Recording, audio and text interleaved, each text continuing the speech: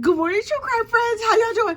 Somebody needs a lot of attention this morning. Say good morning, Holly. This is Miss Holly. Look, we need to talk about the state of Tennessee versus Davis Swift. Yo, what am I watching? What am I watching? Yesterday, I binge watched Trial Days 2 and 3, and I was like, okay, I'm gonna get all caught up and find out what's happening with Davis Swift. First of all, this judge is he a new judge? I'm not sure about this judge. First of all, it's Tennessee, and so the people are real friendly, and so the judge is like, come on in, y'all have a seat. Hey, y'all have a good night. How's your mom and them? Did you have a good breakfast? Good. I was like, we are not in New Jersey anymore, sir. He just all friendly with the jury. I was like, okay, calm down. You're supposed to just say good morning and keep it moving. Anyway, so he was just like, okay, Mrs. State, y'all ready? Go on, call your first witness, Colonel. There's somebody in this trial that he calls Colonel, and I'm like, I think it's the prosecutor. Is the prosecutor's first name Colonel, or is that his title? What do we do in Tennessee? I'm not sure about y'all. So anyway, the Colonel calls the first witness to the stand. And it's just like some random cop. And I was like, okay, random cop. First of all, the cop was real cute. I was like, okay, officer, how you doing? You can give me a ticket. Please don't. Anyway, so he was just like, yes, I went up there and blah, blah, blah. And he said, we found the car. He went over to the car because Karen Swift's car was abandoned at the side of the road, like, short way from her house. And he was like, when I got there, the Boners were there. And I was like, wait, tell me again who the Boners are? The Boners, Bill and Kathy Bona, are Karen Swift's friends. And I was like, where was her husband at? Didn't her husband report her missing? No, her husband did not report her missing. Her friends, the Boners, reported her missing. And I was like, okay, this is what you need to know also, because I keep getting confused in my head. My name is Kathy, and my sister's name is Karen. In this trial, Karen is unfortunately unalive, and Kathy Bona is maybe a swinger. We gonna get to that, y'all, because I was like, wait, are we gonna have swingers on the stand? Because I want to see every single thing. So anyway, the cop was like, the Boners reported her missing. I was like, suspicious. And then he was just like, okay, also, when I got in the car to do whatever he got in the car to do, this cop is like 6 foot something. He didn't have to move the seat back, which tells me the seat was already moved back because Karen Bona was kind of short. Okay, cool. And then this other cop got up there, and I was just like, wait, is this a police officer? Let me run this back. Let me rewind a little bit, because this cop was like, he had a little beard. It was a little bit scruffy. He had on just like a polo shirt, I think some jeans or something. Like, he was wearing Kmart's finest. He was just like, oh, hey, how you doing? Yeah, I was an officer. I was like, sir, this does not appear to be a uniform unless y'all have very different standards for your police officers down there in Tennessee. But I haven't been to Tennessee in years. So what do I know about Tennessee? Listen, as an aside, I know Tennessee because my father's second wife, third wife, my daddy had 5 wives, child. He loved everybody. Anyway, one of my stepmamas was from Tennessee. We used to go to Tennessee to see Big Mama and them, which is how I know the phrase Big Mama and them. So because we ain't talk like that in my house. So I was like, oh, he clearly just back from Big Mama and them's house, because what is he wearing? And he was just like, I'm retired. I was like, oh, okay. He just came in from fishing. He probably smells like carp right now on the stand, but okay, we're gonna hear what he has to say. And he was just like, I talked to Mr. Swift, and here's the interesting thing about Mr. Swift during the course of the interview with the police officers. Apparently, Davis Swift used to be like a reserve or an auxiliary. He was like a rent-a-cop or something. And so they were trying to like engage him in conversation, right? And so when he would talk about being an auxiliary police officer, oh, he was animated. He had things to say. He was like, yep, and then I had a pretend gun, and then I used to pretend to arrest people, and I had the handcuffs, they were only from Fisher Price or whatever he was saying. But then when they were asking him about his wife, he would look down. I'm like, wait, you're super animated and engaged when talking about how you was a pretend cop, but when they talk about your wife, you're like the mother of all of your kids, except for that outside baby, the mother of 4 of your children who you love with all your heart. You don't got that much to say. You answered the questions yesterday, but you was looking down. You're like, okay, sir.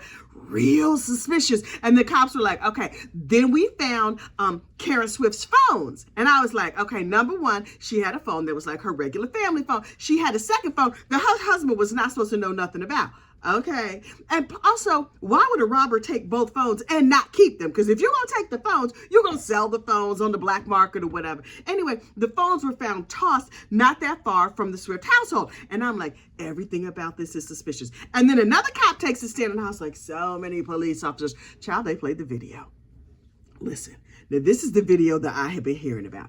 Apparently, when all of this went down, they took Mr. David Swift down to the police station and they were like, hey, Mr. Swift, listen, we want to talk to you about your lovely, lovely wife, who we know you love a whole lot, although not as much as you like them Fisher-Price handcuffs and playing police officer.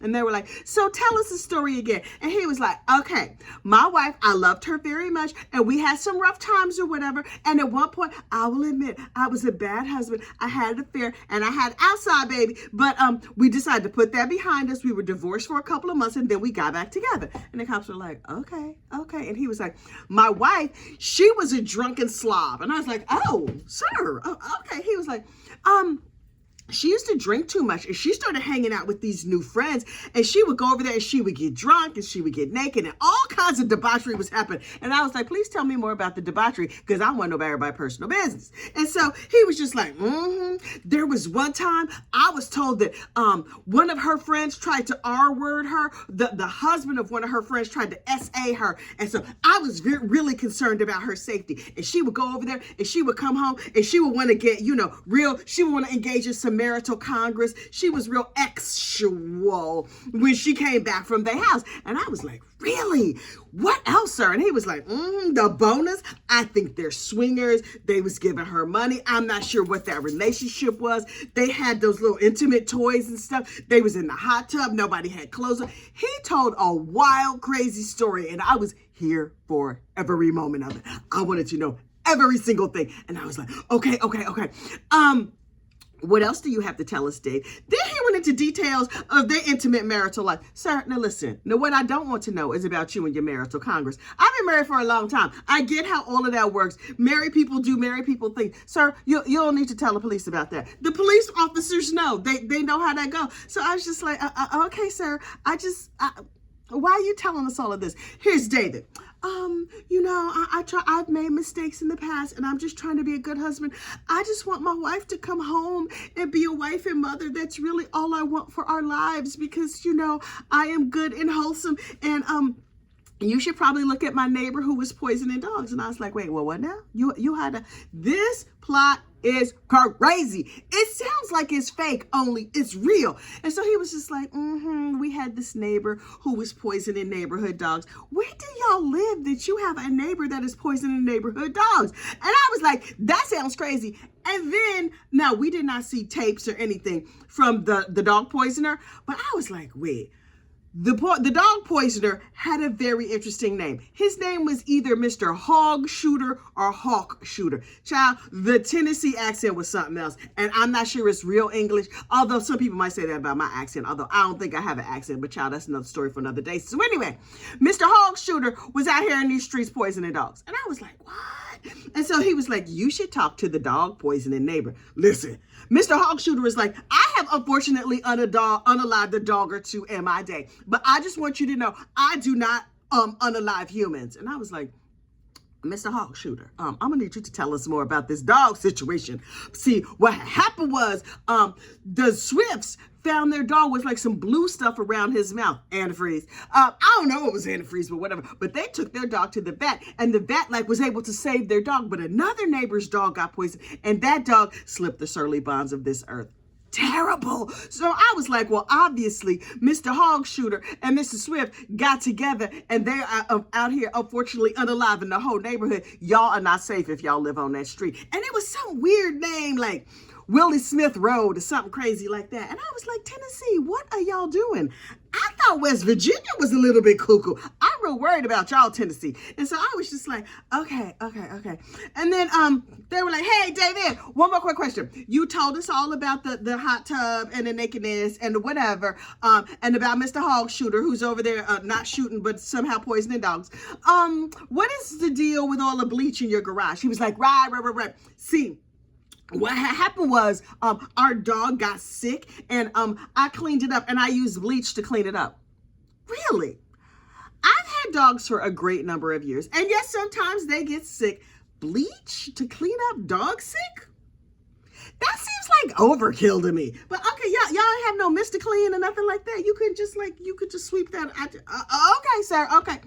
If that is your cleanup tool of choice, although it seems inefficient and very strongly odor, you know what else bleach cleans up, Mr. Swift? Blood. Other bodily fluids if you have unfortunately unalived somebody over there in the garage. But okay, we gonna put that to the side because clearly we don't have enough evidence. And then they were like, okay, that was all of day 2. And then at the beginning of day 3, they were like, we called to the stand Bill Bona. Child, I was like, bend down the hatches. Here comes Bill Bona, the alleged swinger. And I was like, Mr. Swinger Man, I want to know every single thing. So Bill Bona gets up there and he sits down and I was like, well, I could see him being a swinger because he has swinger face, just like David Swift has murder face. You know, everybody got a different face. I got big mouth face. I don't know what kind of face you have. I'm sure your face is adorable. So anyway, Mr. Swinger Face gets up there, and the first thing I thought was, I don't think he's a swinger because of that beard. That beard is too much. I'm telling you, if you try, like, your wife might like your beard, and other ladies might like your beard, but all that itchy, scratchy, plus if you don't wash it real good, a lady could break out in muffins, you know what I'm saying? She might get some yeast breads down in her nether regions. Don't nobody want that. Anyway, so he got up there, and Mr. Bill Bona told a story that I was like, wait. Everything David Swift said sounds like a lie when you hear exactly the same story from Bill Bona. Now, is he a swinger child? Unclear. I do not know. Me personally, I think he was swinger curious, but was he an actual swinger? No, in my estimation. And I have a lot of experience with true crime and judging people like by making a snap judgment because I saw them on TV one time. So I was like, Mr. Bill Bona, I would like to hear your side of the story. This is what Bill Bona told us. He was like, okay, Karen Swift was my wife's friend from the gym. I was like, okay. He was like, we knew her. I knew her for like 6 months. She seemed like a nice lady. Her and my wife and some other girlfriends would come to the house and they would hang out or whatever, and they would go take the kids and do stuff. I met her a handful of times. She seemed nice enough. Okay. Why does this sound just like a normal neighbor to me? Okay, Karen Swift had moved to a new town. Remember her husband had that outside baby and then they decided to move to a new town? Okay, cool. So Karen is over here in a new town just trying to make friends. So she meet this lady down at the YMCA and then they're like, oh, you have kids, I have kids. Let's get the kids together for a play date. So the kids would get together for play dates. The moms became good mom friends and they would sit back and drink some bottles of wine and have a good time.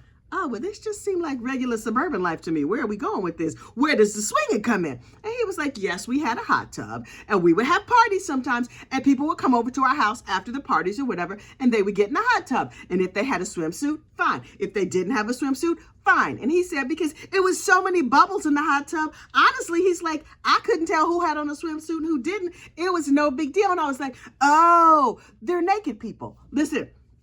Some people are naked people. Some people don't even get naked when they take a shower. In my estimation, that's how it works in my mind. Other people are just like naked for no good reason. They like, oh, I just got out the tub and now I want myself a glass of juice. And they just walk around the house naked and they get themselves a glass of juice and they keep it moving. Hang on.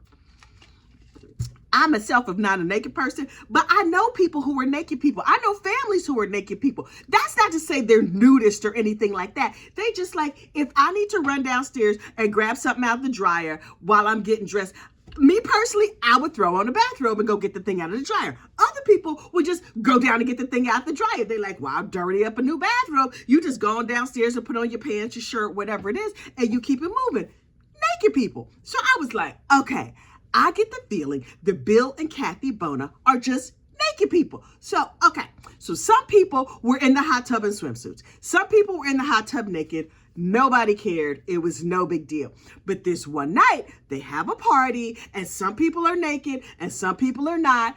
Okay, fine. And then, Karen Swift had a little too much to drink because her life was rough. She was living with old murdery face David. And so she was like, times are tough. I just need to drink some wine and be naked with some friends. But then hot tubs, as you might imagine, are hot. And sometimes they can make you dizzy. So she was naked. She had some wine. She's in the hot tub. She gets dizzy and she stumbles out of the hot tub naked into the living room and lays on the couch. Now, what you're not going to do is lay your naked body on my couch.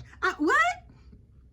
all your body oils, you sweat, the chlorine from the hot tub, you're naked, all on my couch. Oh no, I don't even care if it's a leather couch and I can just wipe it down. No, thank you. You're not laying your naked body on my couch. So Bill Bona wanders into the living room. See, they have an open plan living room. Child, he explained the whole thing. They have an open plan living room, and he wanders in, and here is Karen naked on the couch. And he's just like, oh, ma'am, listen, Karen, excuse me, I'm not trying to touch you in any inappropriate way. Girl, you're gonna need to wake up because you're just naked on my couch and all your body juices is getting on my couch. No, thank you. And he was like, listen, I'm gonna go get you a towel. Meanwhile, while he's trying to wake up the crazy drunk lady, naked lady, whatever, another lady walks in, Allison something, and she's just like, are you trying to assault her? He was like, no, I'm trying to get the heifer and her nasty body juice off my couch. And so this little drama queen, Allison, is like, I think he was trying to be inappropriate with Karen. Someone needs to help Karen. And Bill was like, I'm going to need you to stop coming to my house because you clearly do not know how to act. He got a towel, threw it over Karen, and then was like, hey, David, you want to come and get your wife? And so the friend, Kathy Bona, comes in and she's like, hey, girl, you okay? Wakes her up, gets her all together. And then Bill Swift, with the murder face, takes his wife home. That's the end of that story. And I was like, wait. If you hear David Swift tell the story, oh, they naked in the hot tub and all this debauchery was going down. And I was like, I don't think so. But anyway, so I was like, okay, that is a reasonable explanation to the story that David Swift told. David Swift also told us, one time I went to their house and I found my wife upstairs naked in bed with Kathy Bona. And I was like, really? Child, the real version of that story was cut to another party at the house. Kathy Bona was like, it's nice that y'all here. I'm tired. I'm going to bed. And she put on her pajamas and she went upstairs and she got in bed and fell asleep. Karen, because she was having a terrible life, stumbles her probably drunk behind upstairs, naked again because she was in the hot tub. And she's sitting on top of the covers. Because like I told you, naked people, they're not upset that somebody naked. Can you say naked this much on the tubes of you, child? I don't even know. Whatever it is, what it is. So she stumbles, Karen stumbles upstairs and she's sitting on the bed on top of the covers. Kathy Bona was asleep underneath the covers and the two ladies are talking like girlfriends do. Meanwhile, murder-faced David Swift was just like, where's my wife? Storms into the Bona house. And the husband, Bill, was like, I think she's upstairs talking to my wife. He goes upstairs and he's like, you need to come home. I've been trying to stalk you for hours and now I just found you and I see you in this compromising position. And she's like, compromising? I just don't have my shirt on. What are you talking about? And so he takes his wife and he goes home. And I was like, something tells me that David Swift is given to hyperbole. He takes like a little really minor situation and he blows it way out of proportion. Okay, David Swift, I see how you be rolling. So I'm like, okay, so now we have a full picture of what this is. David Swift with the murder phase, Bill Bona with the swinger phase. I just think these two didn't get along that good. Also, the Bonas, they really did not like David Swift because apparently when they went out to dinner one time as couples, David Swift spent all his time putting down his wife. You gonna eat that? You gonna drink that? You gonna sit like that? Sir, calm down. Nobody likes you. That's why you don't get invited to these hot tub parties because you're a bummer. Also, you do not have swinger face. Now listen, the cops, when they called in the Bonas to question them, like, well, wait, David told us y'all was over there Uchi and other people's coochies. And so we're trying to find out what's going on. Look, Bill Bona was like, listen, this is a very uncomfortable interview. You're asking me, are we swingers? My wife and I have had conversations about it, but that has nothing to do with this case here because we was not trying to swing with that lady. We just regular naked people. We have a hot tub. That's how we get down. Also, did you look at her husband's face? Clearly, he has murder face. You should go over there and start collecting evidence. But the cops was like, right, but we can't find nothing yet. They were like, we will give you our DNA, but we gonna need you to stop asking us questions about our personal life. We are a married couple and y'all need to mind y'all's business. And I was like, oh. Well, that makes perfect sense to me. Now, later this afternoon, I'm going to watch part 2 of day 3 of this trial. And then in another day or so, we will be all caught up to real time. But for now, David Swift, murder face. Like this video, subscribe to the channel. I will see you tomorrow. Bye.